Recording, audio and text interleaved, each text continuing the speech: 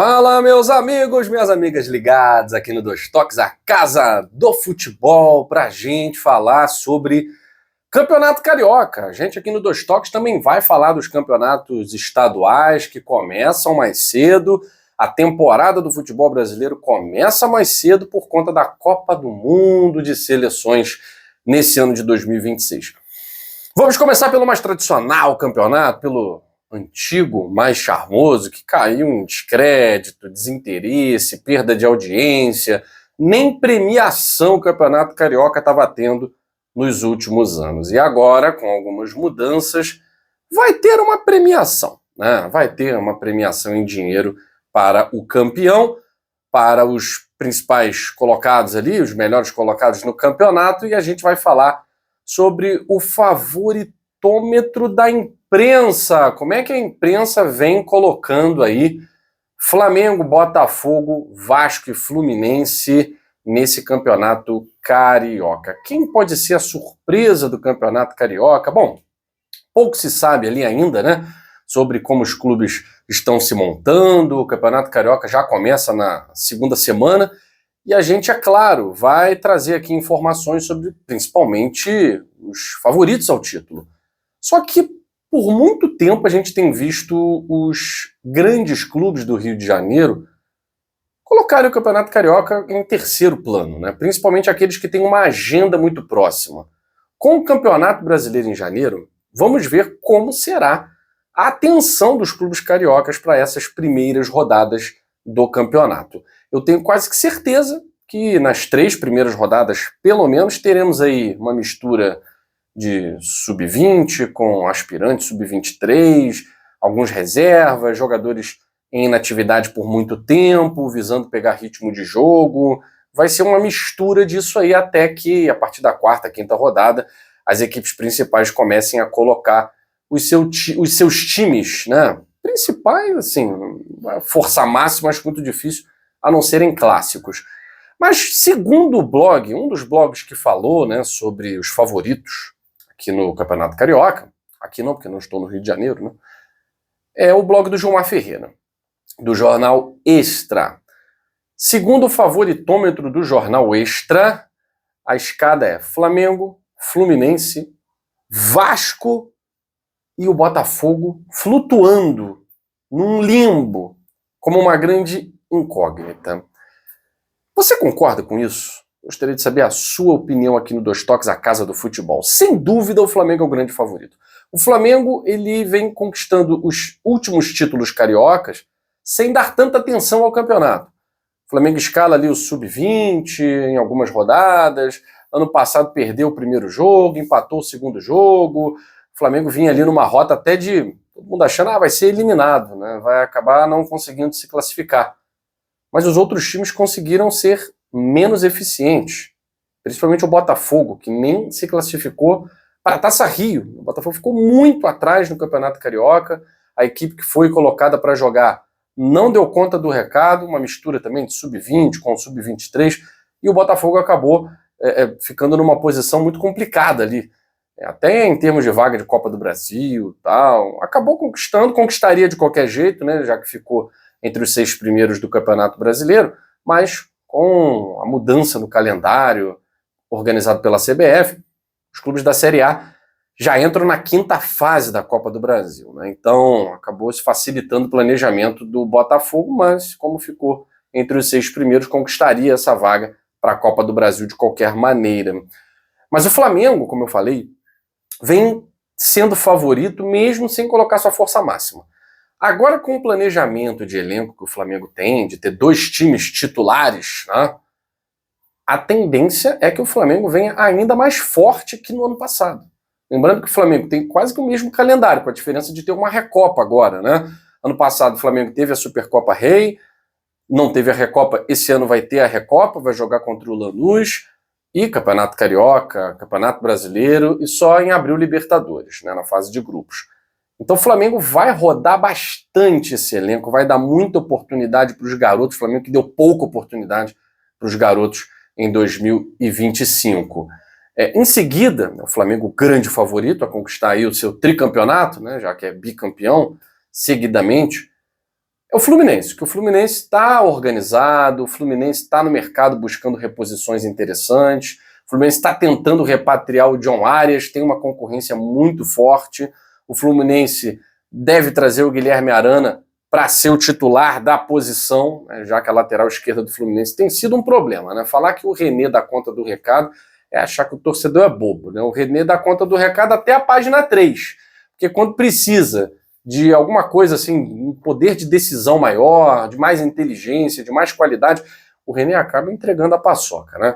Então o Fluminense é claro que não quer contar com o lateral René e somente com ele. Precisa de laterais de qualidade para chegar junto numa temporada bem cansativa, extenuante como vai ser essa temporada de 2026. Mas o Fluminense entra na fase de grupos, está mais tranquilo, né? Então só vai pensar em Libertadores lá para abril. Tem Brasileirão e tem o Campeonato Carioca aí para ver como vai ser gerenciado esse elenco do Fluminense, que chega sim com credenciais, chega forte.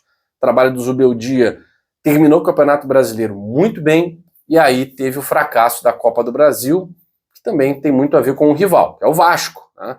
Então, segundo o blog do Gilmar Ferreira, o Vasco vem aí com uma terceira força para buscar o título carioca. Se eu fosse treinador do Vasco, se eu fosse quem estivesse fazendo a gestão do Vasco, eu daria o máximo de atenção para esse Campeonato Carioca. É claro que o Vasco tem feito isso e tem se classificado para as semifinais, a questão é que não consegue sair, ele bate sempre na trave, né? Ou perde para o Nova Iguaçu, ou perde para o próprio Flamengo, mas o Vasco precisa sair da fila. Por mais que seja um Campeonato Carioca, mesmo o Campeonato Carioca, o Vasco não conquista desde 2016. Então estamos batendo aí 10 anos sem título. Não dá.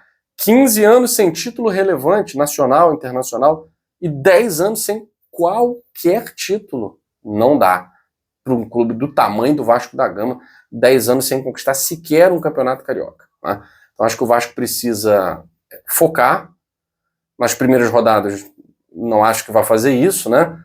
Mas vai precisar focar. O mercado do Vasco é um mercado mais tímido, né? Por mais que o torcedor se anime muito com fechou com Nike, tá? Gente, isso aí não traz jogador. Isso aí é uma marca que vai estampar, vai fornecer material esportivo. A gente tem que parar de associar material esportivo a sucesso esportivo. Já foi essa época quando os clubes não tinham tanta grana no mercado. Hoje em dia é venda de jogadores, patrocínios milionários, grana de premiação. O Vasco chegou muito longe na Copa do Brasil, né? O Vasco teve aí uma graninha de premiação boa. Agora, ainda é muito pouco para atrair reforços, para tirar jogadores dos rivais, para competir com rivais. O Vasco precisa ser muito sagaz, muito inteligente na busca por reforços, como foi trazendo Andrés Gomes, Nuno Moreira. Precisa ter essa inteligência, saber ir no mercado e pegar o que há de melhor sem que haja concorrência. É muito difícil, né? Porque os melhores sempre têm concorrência. Agora, o Vasco conseguiu montar um time competitivo, sim. Basta ver que eliminou o Botafogo na Copa do Brasil, eliminou o Fluminense na Copa do Brasil. O Vasco não perdeu para o Flamengo no Campeonato Brasileiro. Não perdeu para o Flamengo, então o Vasco competiu. O Vasco competiu. Se isso vai ser suficiente para ser campeão, não sei. Mas eu acho que o Vasco está na frente, por exemplo, do Botafogo, que é uma grande incógnita. O Botafogo para esse Campeonato Carioca é uma incógnita tremenda. Primeiro, tem o transferban. Não podemos nos esquecer disso. Tem um transferban ali para ser resolvido. Enquanto tiver o transferban, o Botafogo tem o mesmo time de 2025 sem o Marlon Freitas. Até onde faz falta?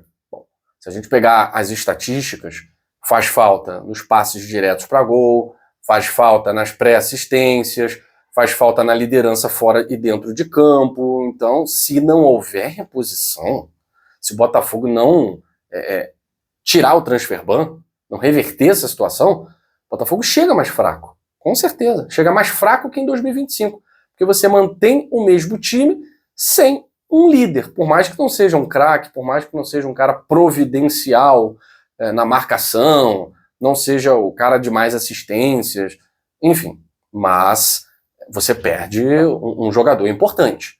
Então, se o Botafogo, porventura, até acho que vai derrubar, inclusive tive contato, falei isso com a diretoria do Botafogo, que prossegue como se nada tivesse acontecido, prossegue suas conversas por reforço com o Christian Medina, entre outros jogadores. Então, assim, há uma confiança muito grande de que as reuniões com o Atlanta United, a partir do dia 5 de janeiro, vão se reverter nessa questão aí da retirada do transfer ban, né? Então, mas eu não posso trabalhar com essa hipótese, aqui a gente trabalha com fatos, e fato é que o Botafogo está proibido de registrar jogadores nessa janela. Então, com um time que tem muitas incógnitas, porque Martinho Anselmi veio para um projeto que com o transfer ban, ele está interditado, ele está interrompido, né? Mesmo assim, com o time que o Botafogo tem, eu ainda acho o Botafogo melhor do que Vasco e Fluminense. Se nós pegarmos uma espinha dorsal ali com goleiro, que também é outro problema no Botafogo, né? Dos 3 grandes do Rio de Janeiro, o Botafogo é o que tem o goleiro menos confiável. Seja Léo Link, seja Neto, a gente não sabe, né? Como é que tá a situação do Neto? Já começa jogando, mas supondo que sim, né? Neto, e aí você tem um quadrado de defesa interessantíssimo. Vitinho, Barbosa, o Bastos, que tá livre para jogar, para treinar, então espera-se que faça a pré-temporada e comece jogando, né? Mesmo que haja ainda uma insegurança do departamento de futebol do Botafogo, né? Devido ao tempo de inatividade, mas vamos lá. Nós temos ali Barbosa, Bastos, Vitinho, Alex Telles, o Botafogo não tendo aí zagueiro destro para colocar no elenco, né? Tá no mercado, tá buscando, mas com transfer ban isso vai ser impossível.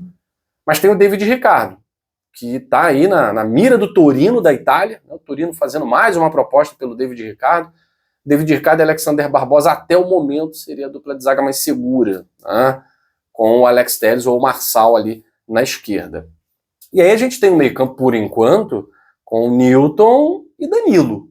Foi um meio-campo que deu muito certo em algumas partidas. Eu tiro aqui a partida contra o Bragantino, o Red Bull Bragantino, aquele 4-1 no Newton Santos.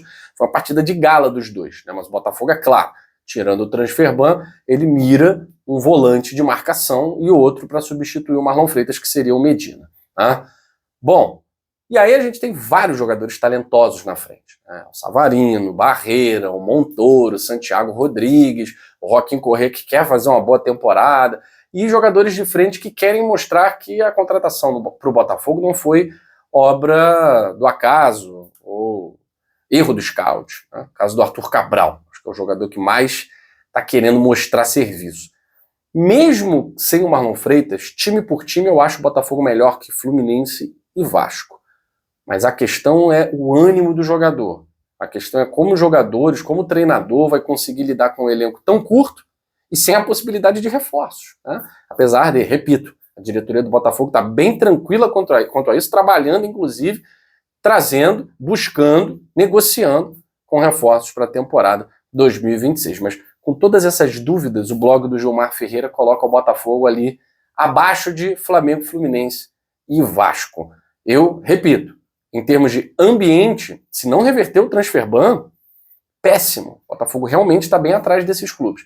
Revertendo, acho que o Botafogo pode brigar ali com o Fluminense, né? Ficando, obviamente, à frente do Vasco. Time por time, acho que o Botafogo até melhor do que Fluminense e Vasco. Todavia, não é só time que ganha campeonato. É elenco e também é o fator anímico, planejamento, confiança no projeto, salários em dia, tudo isso. Então, o Botafogo segue uma incógnita. O Flamengo segue como uma grande certeza do futebol brasileiro. E Fluminense e Vasco buscando rejuntar os cacos dos fracassos da temporada passada. O Vasco com mais moral, né? Finalmente chegou a uma final de torneio nacional.